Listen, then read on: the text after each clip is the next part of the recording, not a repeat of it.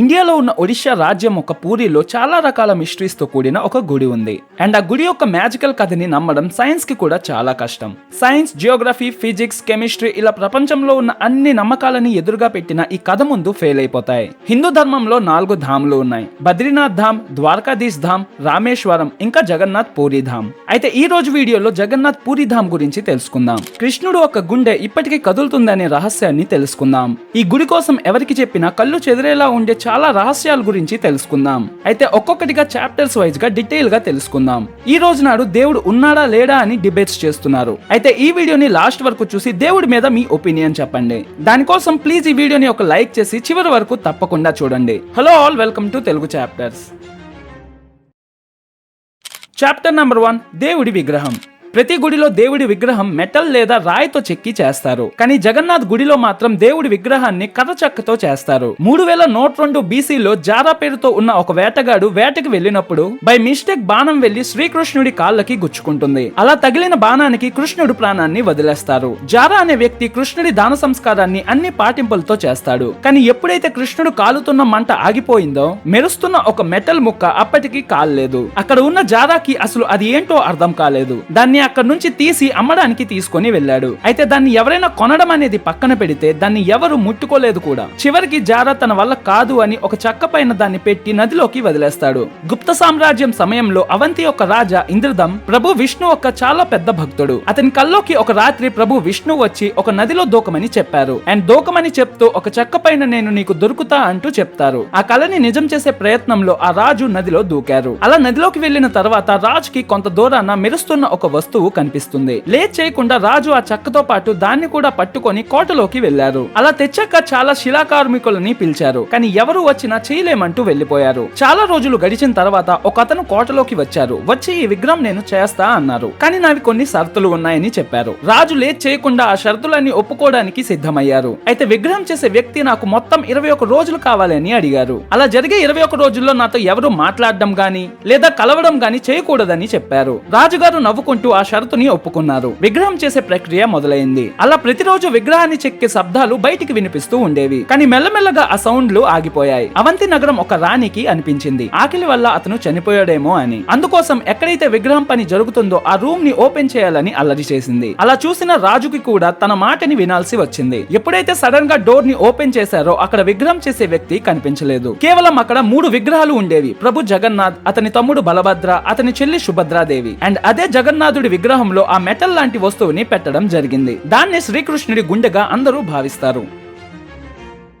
Chapter number 2, చెక్కతో చేసిన విగ్రహమే ఎందుకు? ఇది మామూలు మనిషి యొక్క గుండె కాదు. అది ఒక యాన్సియంట్ అడ్వాన్స్డ్ టెక్నాలజీ యొక్క క్లియర్ ప్రూఫ్ లాంటిది. ఆ గుండె ఎనర్జీని ట్రాన్స్మిట్ చేస్తుంది. అండ్ దాన్ని మనం అందరం చదువుకున్నాం కూడా. That stones and metals are good conductors of electricity and woods are bad conductors of electricity. అందుకోసమే జగన్నాథ్ టెంపుల్ లో ఉండే విగ్రహాలు చెక్కతో చేస్తూ ఉంటారు. కేవలం అదే కాదు, ప్రతి 12 సంవత్సరాలకి ఒకసారి దేవుళ్ళ ఒక కొత్త విగ్రహాన్ని తయారు చేస్తారు. అండ్ చేసిన విగ్రహాల్లో కృష్ణుడి గుండెని షిఫ్ట్ చేస్తారు. ఆ విగ్రహంలో ఉన్నది ఎంత ఎనర్జీ ప్రొడ్యూస్ చేస్తుంది అంటే ఆ చెక్కతో ఉన్న విగ్రహం ఒక టైం కి వచ్చేసరికి క్షీణించిపోతుంది. అందుకోసమే దాన్ని మార్చాల్సి వస్తుంది. కానీ దీన్ని మార్చే విధానం కూడా దీనిలాగే చాలా ఇంట్రెస్టింగ్ గా ఉంటుంది. ప్రతి 12 సంవత్సరాలకి ఒక రోజు నాడు దేవుడి గుడిలోకి ఎవరికి అలౌ చేయరు. మొత్తం పూరి సిటీ యొక్క కరెంట్ ని తీసేసి గుడి యొక్క మెయిన్ పూజారి యొక్క కంటికి ఒక గుడ్డ ముక్కతో కప్పేస్తారు. అలా పెట్టి 100% చీకట్లో ఆ గుండెని తీసేసి కొత్తగా చేసిన విగ్రహంలో పెడతారు. ఎవరైతే చరిత్రలో ఈ సెరెమనీ చేశారో వాళ్ళు చెప్పేది ఏంటంటే వాళ్ళెప్పుడూ చూడలేదు, కానీ దేన్నైతే పడతారో దాన్ని బ్రహ్మ పదార్థం అని అంటారు.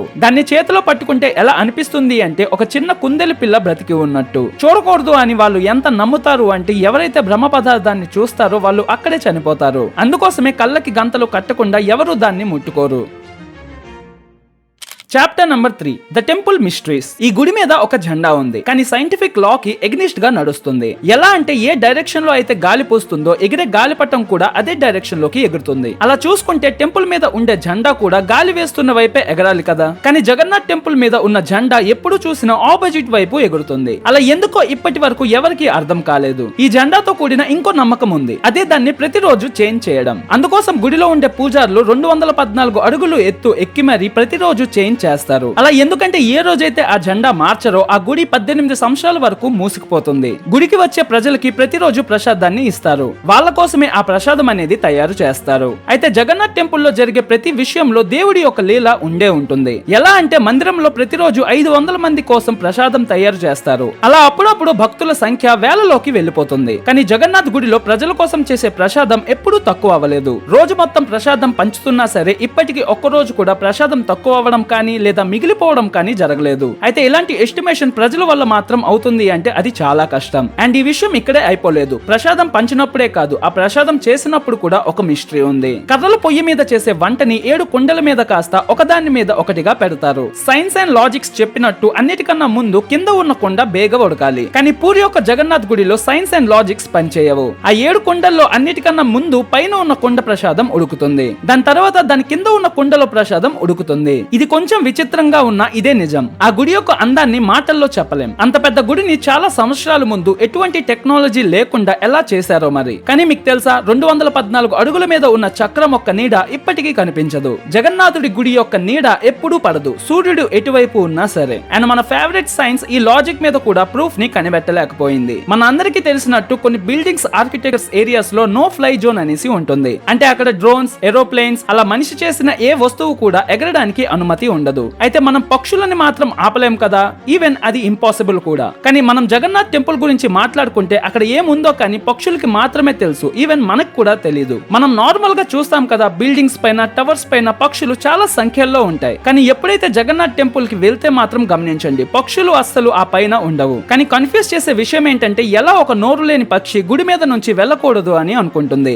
సుదర్శన్ చక్రం, దీని గురించి మీరు వినే ఉంటారు. ఇది అధర్మాన్ని నాశనం చేస్తుంది. అయితే జగన్నాథ్ టెంపుల్ పైన సుదర్శన్ చక్రం అనేది ఉంది. అండ్ దాన్ని మీరు ఎటువైపు నుంచి చూసినా దాని యొక్క ముందు భాగం మీ వైపే చూస్తుంది. ప్రభు జగన్నాథుడిని దర్శించుకోవడానికి చాలా మంది భక్తులు వస్తారు. కానీ ఈ గుడిలో కేవలం హిందూ వాళ్ళకి మాత్రమే దర్శనం చేసుకోవడానికి అనుమతి ఉంటుంది. వేరే ధర్మాన్ని పాటించే వాళ్ళకి గుడిలోకి అనుమతి ఉండదు. వాళ్ళకి బయట నుంచే దర్శనం చేయించి పంపించేస్తారు. ఎగ్జాంపుల్ కి మన X prime minister Indira Gandhi గారు. కానీ ఇందిరా గాంధీ గారు హిందూ కాకుండా ఫార్సీ అవడం వల్ల ఇందిరా గాంధీ గారిని కూడా దర్శనం చేసుకోవడానికి ఇవ్వలేదు. కేవలం అదే కాదు, 2005లో థాయిలాండ్ ఒక ప్రిన్సెస్ మహాచక్రి సింధరోన్ ని కూడా జగన్నాథ్ టెంపుల్ లోకి ఎంట్రీ అనేది ఇవ్వలేదు. ఎందుకంటే అక్కడ ఫారినర్స్ కి కూడా అలౌ లేదు కాబట్టి. వాళ్ళ కోసం అన్ని అరేంజ్మెంట్స్ చేసి మరి దర్శనం బయట నుంచి చేయించారు. 12th సెంచరీలో తయారు చేసిన ఈ గుడి కోసం స్విట్జర్లాండ్ లో ఉండే ఒక మహిళ 1,75,00,000 రూపాయలు ఇచ్చారు. ఇంతవరకు అదే అన్నిటికన్నా ఎక్కువ ఇచ్చిన దక్షిణ. అయినా సరే హిందూ కాదు అనే ఒకే ఒక కారణంతో వాళ్ళని కూడా బయట నుంచే దర్శనం చేయించారు. మన ధర్మంలో ఇలా చాలా విషయాలు ఉన్నాయి, కానీ మనకి తెలియదు. కళ్ళు మూసుకొని ప్రతి ఒక్క ధర్మాన్ని అండ్ జరుగుతున్న ట్రెండ్ ని ఫాలో అయిపోతున్నాం. ఇది సనాతన ధర్మం అండ్ మనమే ఆ ధర్మాన్ని కాపాడుకోవాలి. ప్రతిసారి పూరిలో రథయాత్ర మొదలవుతుంది. 9 రోజుల పాటు జరిగే ఈ జాతరలో ప్రభు జగన్నాథ్, దేవి సుభద్ర ఇంకా బలభద్ర స్వామిని గర్భగుడి నుంచి బయటికి తెచ్చి రథం మీద కూర్చోబెట్టి యాత్రని మొదలు పెడతారు. నిజానికి ఈ జాతర చేసేది దేనికోసం అంటే, దేవుళ్ళు ఈ 9 రోజులు బయటికి వచ్చి ప్రజలు ఒక సుఖాలని, కష్టాలని వాళ్ళే చూస్తారు. ఆ యాత్రలో లక్షల్లో నుంచి కోట్లలో భక్తులు పాల్గొంటారు. జగన్నాథ్ మిస్టరీస్ ఇక్కడికి అయిపోలేదు, ఇంకా చాలా ఉన్నాయి. ఎలా అంటే ప్రతి సంవత్సరం దేవుళ్ళు 15 రోజుల కోసం జ్వరం పడడం, దానికోసం భక్తులకి గుడి లోపలికి దర్శనం చేయకుండా ఆపేస్తారు.